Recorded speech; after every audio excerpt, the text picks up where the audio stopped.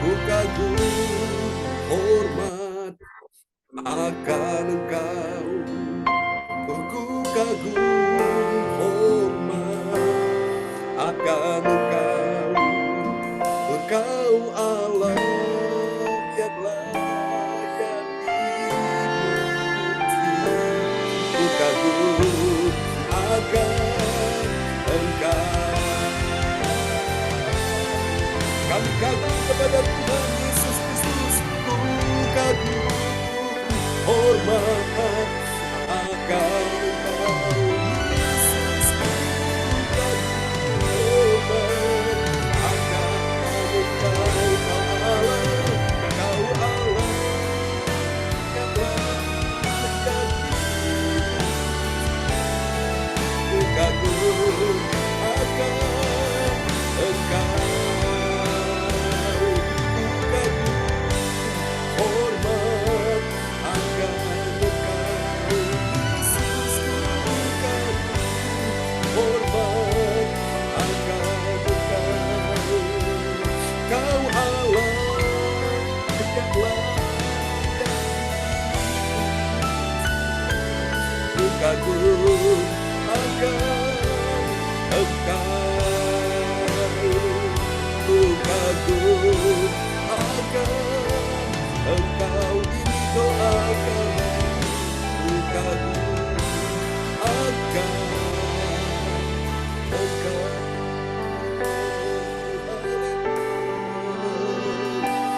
Kami kagum kepadamu, Yesus. Engkau layak disembah. Amin Tuhan, terima kasih. Praise the Lord. Mari kita akan satu dalam doa Bapak Ibu sekalian. Haleluya untuk hadirat Tuhan pagi ini ya. Kita akan berdoa bersama-sama di pagi hari ini dan doa ini akan dinaikkan oleh sahabat kita terkasih. Haleluya, yaitu Ibu Indriani akan berdoa terlebih dahulu untuk firman Tuhan yang akan disampaikan. Haleluya.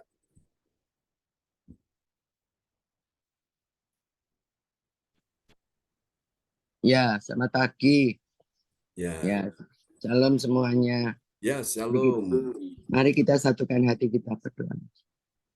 Selamat pagi Bapa, selamat pagi Tuhan Yesus, selamat pagi Roh Kudus.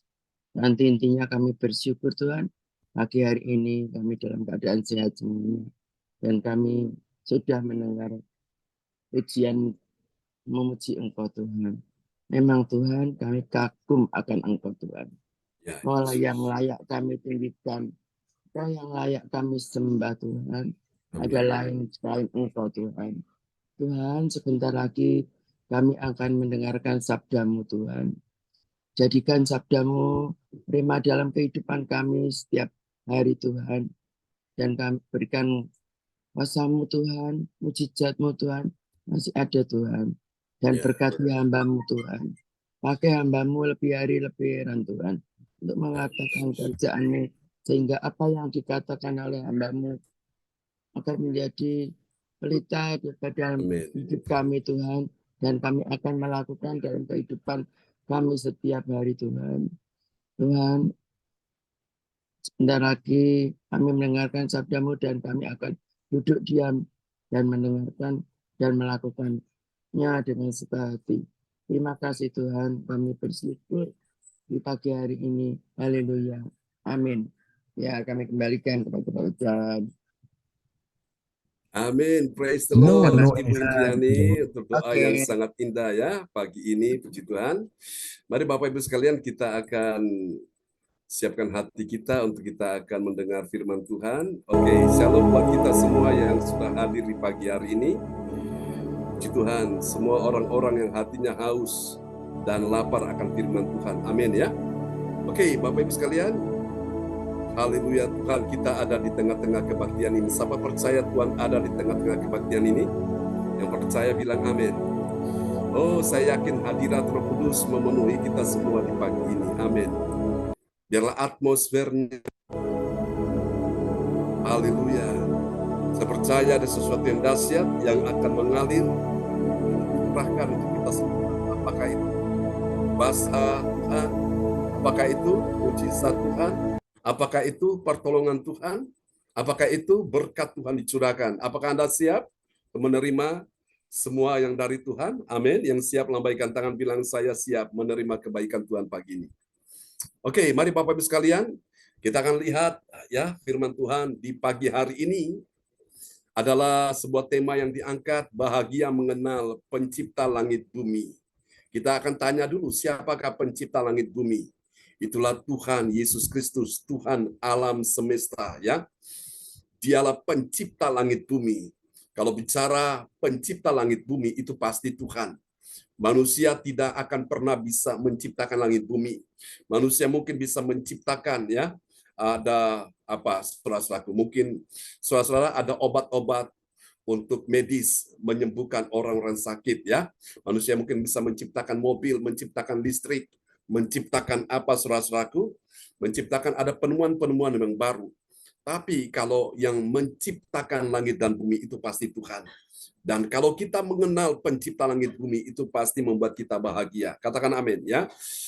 Haleluya. Saudara-saudara, sebuah nats Alkitab kita di pagi hari ini terambil dari Kejadian 14 ayat yang ke-19, dan kepada sahabat kita terkasih Ibu Rosalin dari Jerman akan memperdengarkan ayat-ayat firman Tuhan pada pagi hari ini. Ya, terima kasih Pak John. Yes. Bacaan Alkitab diambil dari Kejadian 14 ayat ke-19. Lalu ia memberkati Abram, katanya, diberkatilah kiranya Abram oleh Allah yang Maha Tinggi, pencipta langit dan bumi. Amin. Amin. Allah yang Maha Tinggi, pencipta langit dan bumi. Langit yang di atas itu adalah hasil ciptaan Tuhan. Dan bumi yang di bawah yang kita tempati ini itu adalah hasil ciptaan Tuhan. Saudara-saudara yang kasih Tuhan, jadi semua makhluk yang ada di langit, siapa yang ada di langit? Yaitu para malaikat-malaikat, ya. Makhluk-makhluk angkasa, saudaraku, itu yang menciptakan adalah Tuhan Yesus Kristus. Siapa yang ada di bumi, itulah manusia. Kita semua ini, saudaraku.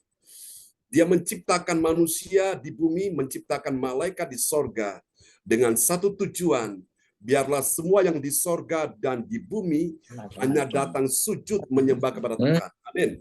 Dikatakan dalam ayat ini, lalu ia ini adalah saudaraku Melkisedek, ya. Melkisedek itu artinya raja kebenaran atau raja keadilan. Melkisedek memberkati Abraham. Abram sebelum dia menjadi nama Abraham, ya. Abram. Katanya, diberkatilah kiranya Abram oleh Allah yang Maha Tinggi, pencipta langit dan bumi. Dan benar, saudaraku, sejak Abram bertemu dengan Melkisedek, ya, Alkitab berkata Melkisedek ini dia tidak punya bapak, tidak punya ibu, ya. Dia ini, Bapak Ibu sekalian, ini adalah gambaran dari pribadi Tuhan Yesus Kristus. Saudara kasih Tuhan, pertemuan Abram dengan Melkisedek ini, ketika Abram tahu Melkisedek datang dan dia membawa korban-korban persembahan. Dia persembahkan, saudaraku, ya, termasuk dia persembahkan persepuluhannya. Dan apa yang terjadi, saudaraku? Abram menerima berkat dari Melkisedek. Saudaraku, Abram tahu bagaimana kunci untuk mendapatkan berkat dalam hidupnya. Apa yang dia miliki itu semua karena berkat Tuhan. Dan pada waktu dia datang berjumpa dengan Melkisedek, raja kebenaran atau raja keadilan itu, maka Melkisedek memberkati Abram. Soal lihat, ya, Melkisedek berkata, saudaraku, diberkatilah kiranya Abram oleh Allah yang Maha Tinggi, pencipta langit dan bumi. Saudara, orang yang mengenal pencipta langit bumi itu akan membuat dia bahagia. Kenapa? Karena disitulah dia tahu bagaimana menyenangkan Tuhan Allah pencipta langit dan bumi, dan dia menerima berkat. Pagi ini berapa banyak saudara mau menerima berkat di pagi hari ini? Yang siap diberkati oleh Tuhan. Amin. Makanya Bapak Ibu, dere Gusti ora rugi, nyatane ikut Yesus tidak rugi. Saudara ikut dengan segenap hati, saudara lakukan akan segala perintah Tuhan, saudara taat saja. Maka jangan pernah takut. engkau pasti diberkati Tuhan. Engkau tidak akan jatuh miskin. Tuhan tidak akan mengurangi berkat-Nya, rezeki dalam kehidupanmu. Apa yang kau tabur, itulah yang kau tuai. Engkau menuai kembali 30 kali lipat, 60 kali lipat, bahkan 100 kali lipat. Orang yang menabur pasti menuai. Itu sudah menjadi sebuah keputusan, itu menjadi hukum sorga, suatu ya. Tidak mungkin orang tidak menabur terus dia menuai, tidak mungkin. Ya, kalau kita tanam biji mangga, akan tumbuh pohon mangga, dan pohon mangga menghasilkan buah mangga yang banyak. Saya hampir setiap hari makan buah mangga, saudara-saudaraku. Karena apa? Kami awalnya itu sudah menanam biji mangga, dan ketika dia tumbuh, pohon mangga menghasilkan ratusan bahkan ribuan buah mangga, dan mangga itu kami yang menikmati, saudaraku. Kami menikmati, kami juga bisa memberkati sahabat-sahabat yang lain, ya. Orang-orang yang minta mangga kami kasih, saudaraku. Puji Tuhan, terkadang Ibu Sinta dia bikin manisan mangga, ya. Puji Tuhan, jadi semua bisa diolah. Jadi itulah Bapak Ibu. Kalau kami tidak menanam biji mangga, kami tidak akan menuai buah mangga, saudaraku, ya. Tidak akan tumbuh pohon mangga seperti itu, ya. Bapak Ibu yang sudah datang ke gereja kami, Pak Bruri Broselen dari Jerman, ya, sudah berapa kali datang ke gereja kami, lihat kan ada pohon mangga di sekitar halaman gereja itu, ya. Ibu Indriani, teman-teman, Bu Joyce juga, ya, pernah datang ke Kediri dan lihat itu banyak pohon mangga. Dan kami menuai buah mangga, saudara-saudaraku. Ingat Bapak Ibu, engkau menabur kebaikan, engkau menuai kebaikan. Sebaliknya engkau menabur yang jahat, engkau juga akan menuai yang jahat, ya. Saudara-saudara terkasih Tuhan, seperti Abraham itu, dia diberkati Melkisedek, maka orang percaya hatinya yang cinta Tuhan dan dia taat pada firman Tuhan, maka apa terjadi? Dia itu pasti berjumpa dengan Melkisedek. Melkisedek itu artinya raja kebenaran, ya. Itu adalah Yesus yang memberkati kehidupan saudara saya. Amin. Berapa banyak saudara rindu hari ini diberkati Tuhan, lambaikan tangan. Amin. Saudara-saudara, jadi kita bukan cari berkat, kita cari sumbernya dulu. Sumber berkat itu adalah Tuhan Yesus Kristus. Masalah berkat, rezeki, kesembuhan itu pasti menyusul, itu bonus, itu tambahan, ya. Orang-orang yang mencari kerajaan Allah dan kebenarannya, Alkitab berkata semua ditambahkan dalam hidupnya. Dan ini dapat kita baca, kita pelajari, ya, dalam Kisah Para Rasul 7 ayat 49 sampai 51. Dari ayat-ayat tersebut, saya sudah mencatat paling sedikit kita akan menjumpai ada 3 kebenaran di ayat-ayat ini. Kita temukan 3 kebenaran tentang siapakah orang percaya yang mengetahui apa? Mengetahui bahagia, mengenal pencipta langit bumi. Nah, siapa yang bahagia mengenal pencipta langit bumi? Mari kita lihat orang yang seperti apa, saudaraku. Yang bahagia karena dia mengenal pencipta langit dan bumi. Yang pertama, dia adalah orang percaya yang apa, saudaraku? Ini dia. Yang pertama, dia mengakui. Amin. Bilang mengakui, ya. Karena apa yang kau akui itu akan makin kuat dalam dirimu. Mengakui bagaimana? Mengakui bahwa langit adalah takhta Tuhan dan bumi itu adalah tumpuan kakinya. Mari kita lihat ayatnya, Kisah Para Rasul 7 ayat 49. Ya, Kisah Para Rasul 7 ayat 49. Langit adalah tahtaku dan bumi adalah tumpuan kakiku. Rumah apakah yang akan kamu dirikan bagiku? Demikian firman Tuhan. Tempat apakah yang akan menjadi perhentianku? Amin. Amin. Jadi ini kembali lagi kepada kisah Stefanus. Seorang murid Tuhan yang penuh dengan Roh Kudus, penuh dengan firman Allah.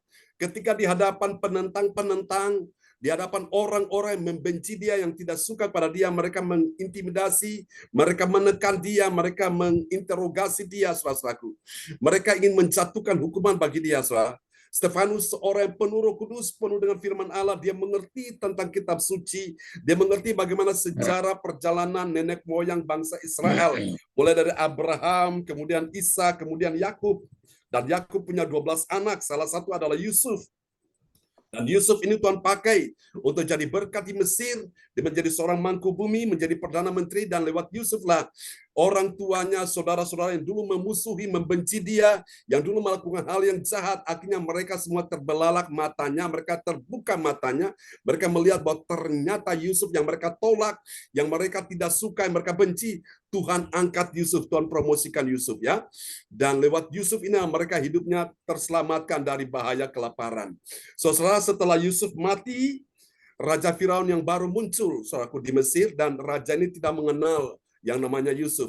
Sehingga Bapak Ibu sekalian, orang Israel mereka ditindas 400 tahun lamanya di Mesir, dan hidup mereka benar-benar pahit. Mereka jadi budak, mereka menderita kesengsaraan, saudaraku. Mereka tidak punya harapan, tidak punya masa depan. Mereka hanya budak, mereka diperlakukan semena-mena, saudaraku. Mereka disuruh kerja paksa.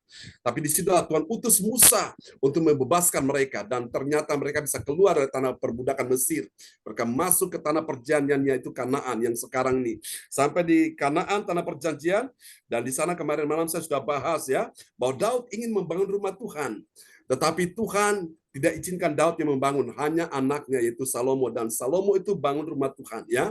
Rumah Tuhan bait Allah yang megah besar sekali, saudaraku. Dan orang-orang Yahudi yang ada di seluruh penjuru bumi, mereka datang ke Yerusalem, mereka beribadah karena di sana ada bait Allah, saudaraku.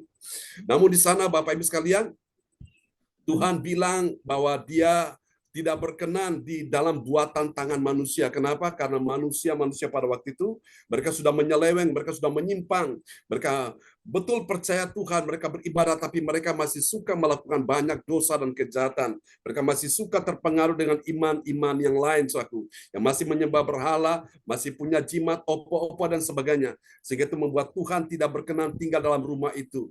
Maka sekarang kita ini adalah gerejanya, ya, kita adalah rumah Tuhan. Makanya Tuhan katakan lewat ayat ini melalui Stefanus, dia kutip ini dari Perjanjian Lama. Langit adalah takhtaku. Langit itu yang Tuhan ciptakan adalah takhta Tuhan. Dan bumi adalah tumpuan kakiku. Jadi sudah lihat ya, langit yang di atas itu adalah tempat Tuhan bertakhta, tempat duduknya Tuhan. Lalu bumi di mana kaki Tuhan itu berada, saudaraku, itu adalah tumpuan kakinya. Nah, Bapak Ibu, kalau kita dalam persoalan dan pergumulan, mari kita datang sujud menyembah.